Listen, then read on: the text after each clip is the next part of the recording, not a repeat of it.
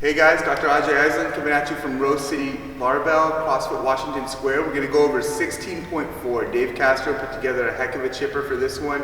Tons of volume and some pretty heavy weights for some of the movements. So we're going to prime you and get you ready for the longevity of the workout. First thing we want to do when we think about this workout is we want to look at our grip. The deadlift and the rows are just going to smoke our forearms. But we also want to look at wrist flexibility when we go to the handstand push-ups. So let's start with smashing out those forearms, getting all those tight knots out before we even get going. So you're going to take your supernova or you're going to take a lacrosse ball. Let's just get it on the ground, kind of do some nice, easy general passes in that forearm. Don't be afraid to flex and extend your wrist and move your arm in and out, finding those tight areas within the forearm muscle. When you find one, take your other hand, put it right on top, and smash that muscle. We want to take care of anything that's pre-existing before we go and add all the stress to it, of those heavy deadlifts, and then the rowing after. Go ahead and spend 5 to 8 minutes per side. Really, don't be afraid to get nice and deep, and take your time in those dark corners, really working on everything that you've built up, all the scar tissue. We really want to release all of that. The second thing we want to do is work on that wrist flexibility. So we're going from a flexion position in the deadlift and in the row to an extension position where we have to have those wrists all the way opened up in the handstand push-up.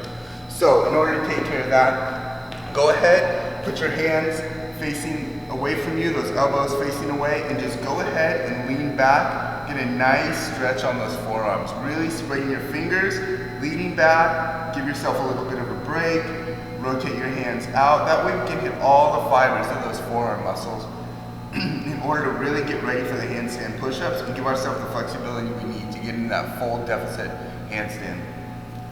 Next, we want to think about our hamstrings. The deadlift is obviously a primary hamstring mover, posterior chain mover, but also the row is a big one too. If you watched the girls last night, they weren't rowing with their back. They were driving through their hips and finishing the damper off with back extension.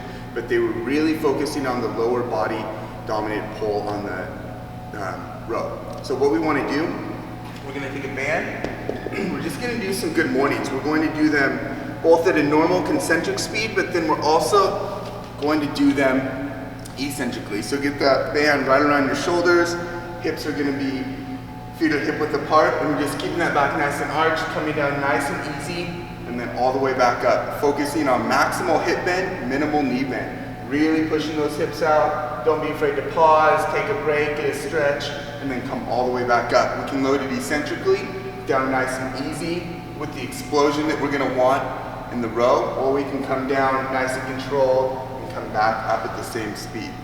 Go ahead and give yourself a set of 10, a couple sets of 10 on that guy. Really focus on the hamstring flexibility. You want to get them nice and warmed up, nice and strong, so that they can be the prime movers and the prime pullers rather than your low back.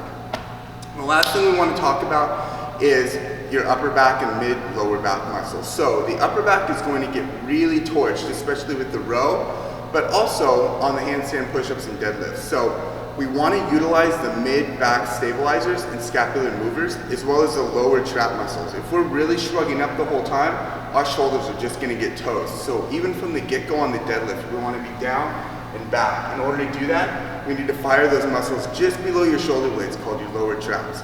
Really good way to get those activated. Go ahead and take a band with some handles, wrap it around the rig.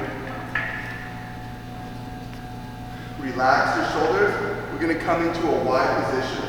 When our hands come up over our head, that is what activates those lower traps. So bring your shoulder blades down and back. A nice little pause, focusing on what we're really working on, coming back down. Make sure we don't shrug up. This is the motion we're trying to avoid. Keep your traps down, and a nice big pull through here to fire the lower traps. Then we're just going to move to a T position in order to fire our mid-scapular muscles, our rhomboids, which pull our shoulder blades together. We want to take as much stress as we can off of the upper traps and off of the upper back, because those shoulders are going to get tired anyways.